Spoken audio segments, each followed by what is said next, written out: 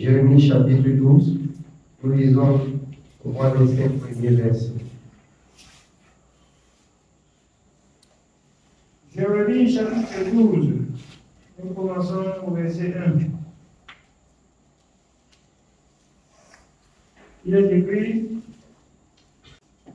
Tu es trop juste, Éternel, pour que je conteste avec toi.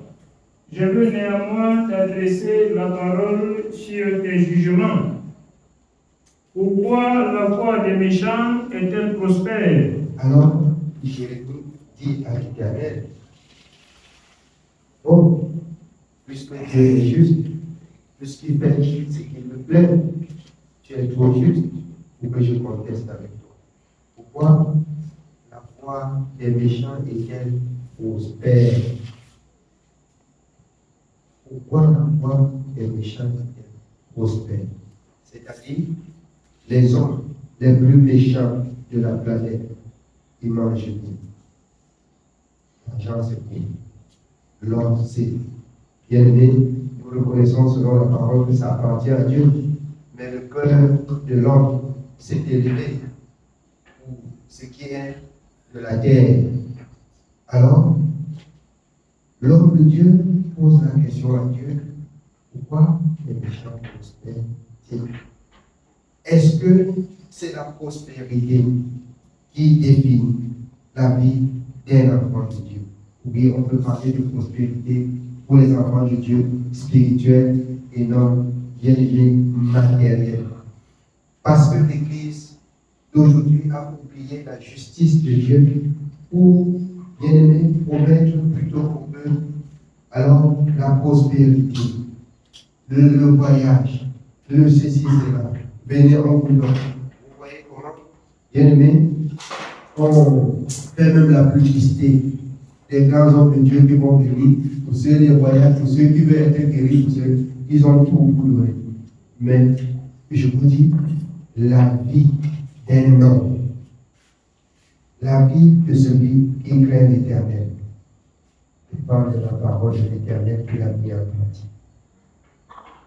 Si vous faites ce que Dieu vous recommande, si vous veillez à ce que Dieu vous dit, bien aimé, vous allez prospérer en connaissance.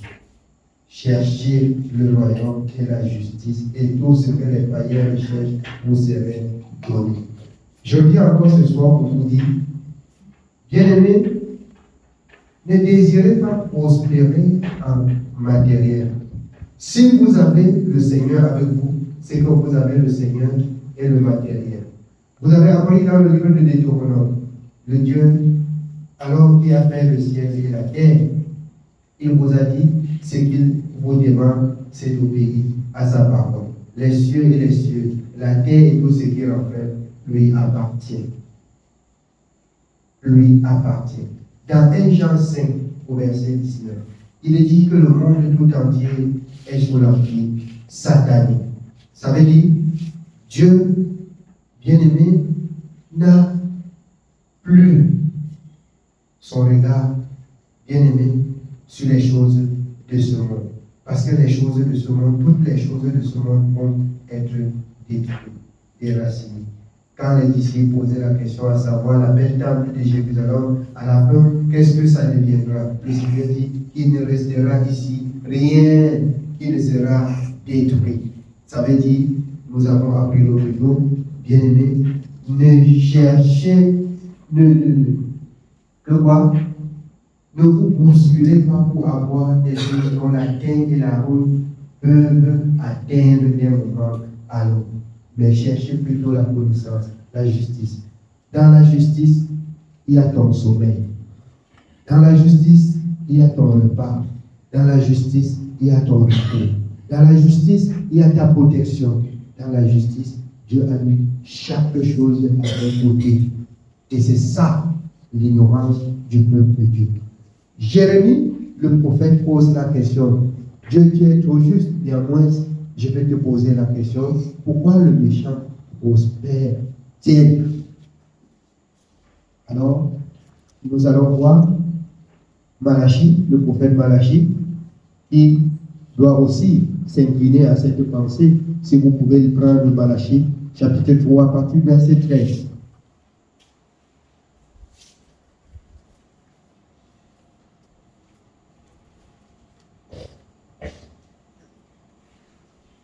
Malachie, 3, à partir du verset 13. Malachie chapitre 3. Nous commençons au verset 13. Il est écrit: vos paroles sont rudes contre moi, dit l'Éternel. Et vous dites: qu'avons-nous dit contre toi?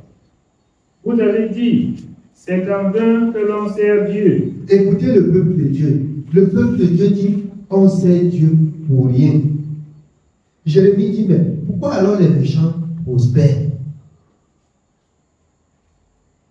Parce que ceux qui servent Dieu supposent que tout ce qui est bien devait être pour ceux qui servent Dieu.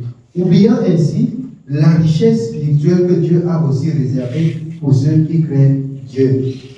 Oubliant que le Seigneur lui-même a dit, ne postulez pas des choses sur lesquelles l'argent et la terre a déjà atteint.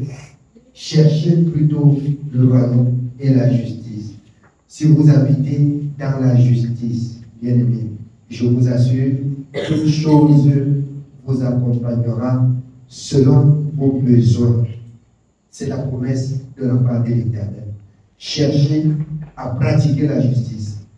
Faites recours à l'Éternel dans vos actions, dans vos œuvres, dans tout ce que vous pouvez entreprendre.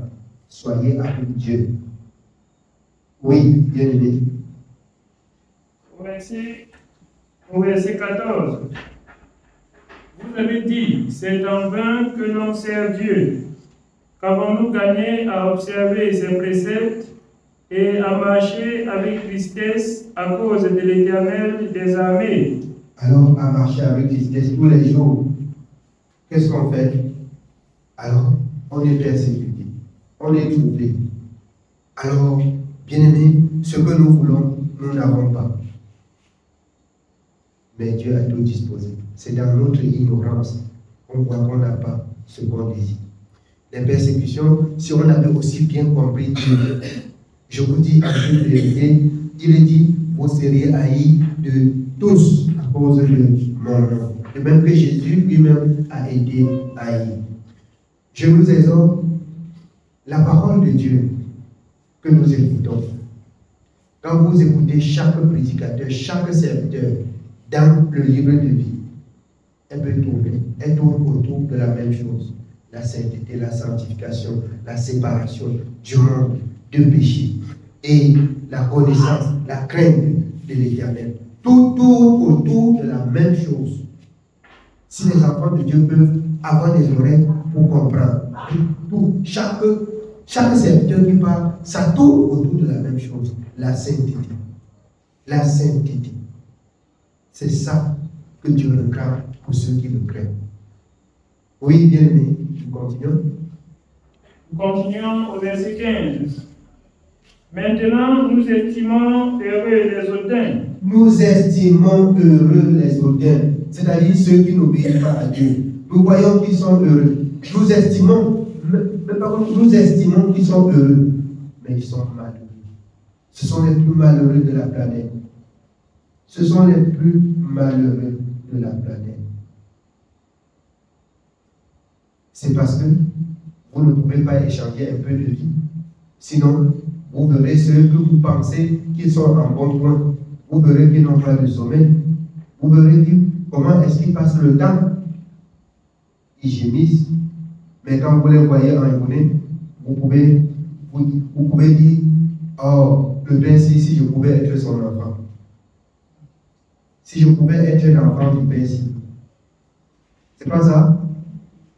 Quand quelqu'un regarde mon Dieu, quand il dit que s'il était de ma famille, si c'était mon grand frère, c'est que je ne souffre pas comme je souffre.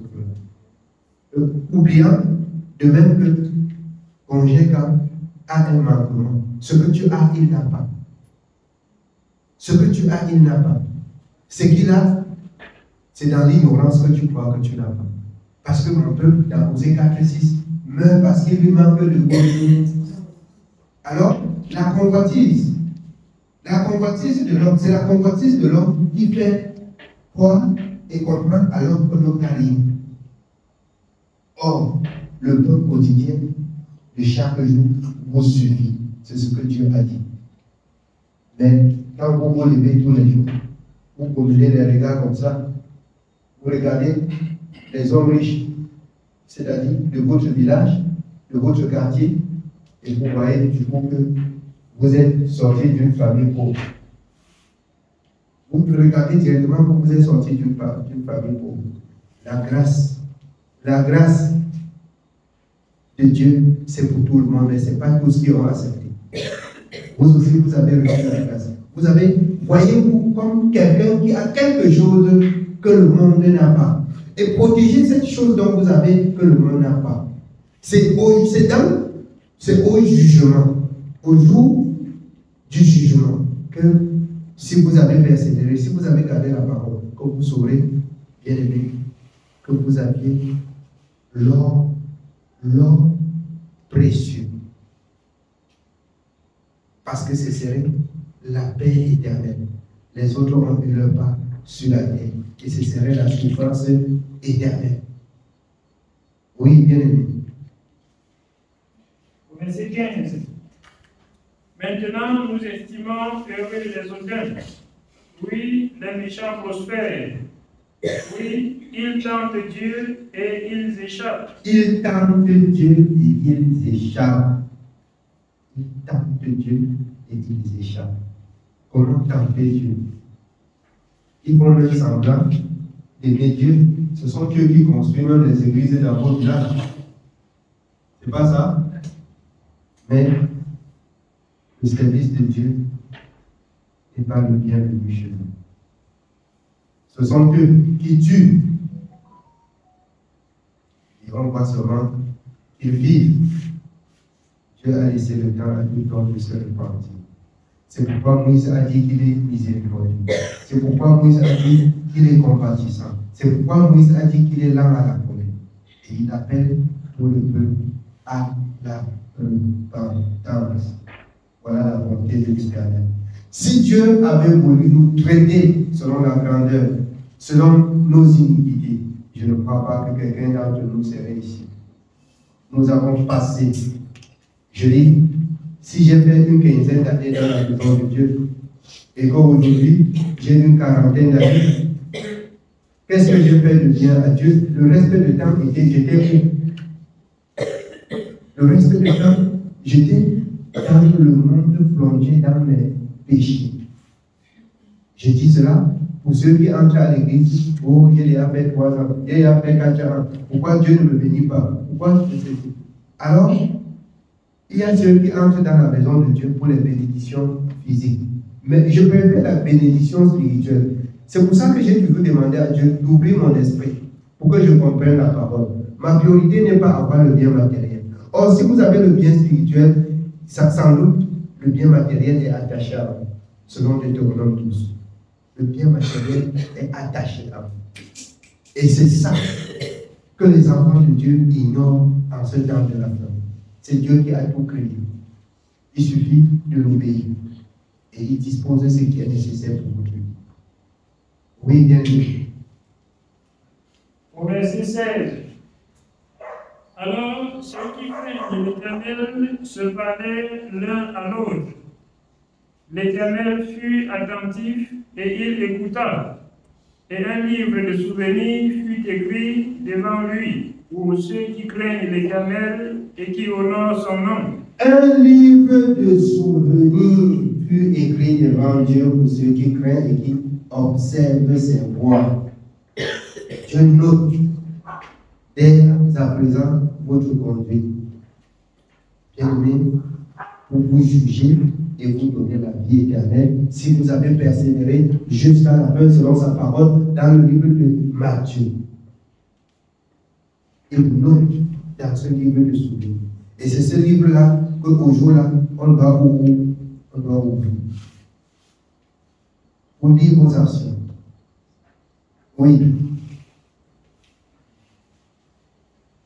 Nous sommes au verset 17.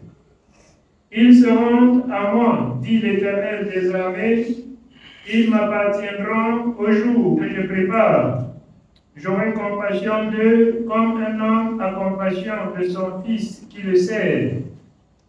Et vous verrez de nouveau la différence entre le juste et le méchant, entre celui qui sert Dieu et celui qui ne le sert pas. Vous verrez la différence entre le juste, entre celui qui sert Dieu et celui qui ne le sert pas. Entre celui qui craint Dieu et celui qui ne le craint pas. Donc, ce n'est pas la richesse qui détermine, qui définit la personne qui craint Dieu. Ce n'est pas le bien matériel qui définit qui craint Dieu. Oui. Continuons au chapitre suivant, chapitre 4. Nous continuons au chapitre 4 de Malachie. Car voici, le jour vient, ardent comme une fournaise, tous les hautains et tous les méchants seront comme du chaume. Le jour qui vient les embrasera, dit l'Éternel des armées. Il ne leur laissera ni racine ni rameau. Mais pour vous qui craignez mon nom, se lèvera le soleil de la justice. Pour vous qui craignez son nom, se lèvera le soleil de la justice. C'est pourquoi, bien aimé, aujourd'hui, si vous entendez sa voix, n'endurcissez pas vos cœurs. Faites la volonté de Dieu. Je préfère souffrir entre les mains de Dieu. Je préfère être privé de certaines choses de ce monde et souffrir un peu pour entrer dans le repos aussi éternel. C'est pourquoi le Seigneur nous demande de souffrir de quelques injustices même dans ce monde pour hériter le royaume. Oui. Mais pour vous qui craignez mon nom, se lèvera le soleil de la justice et la guérison sera sous ses ailes.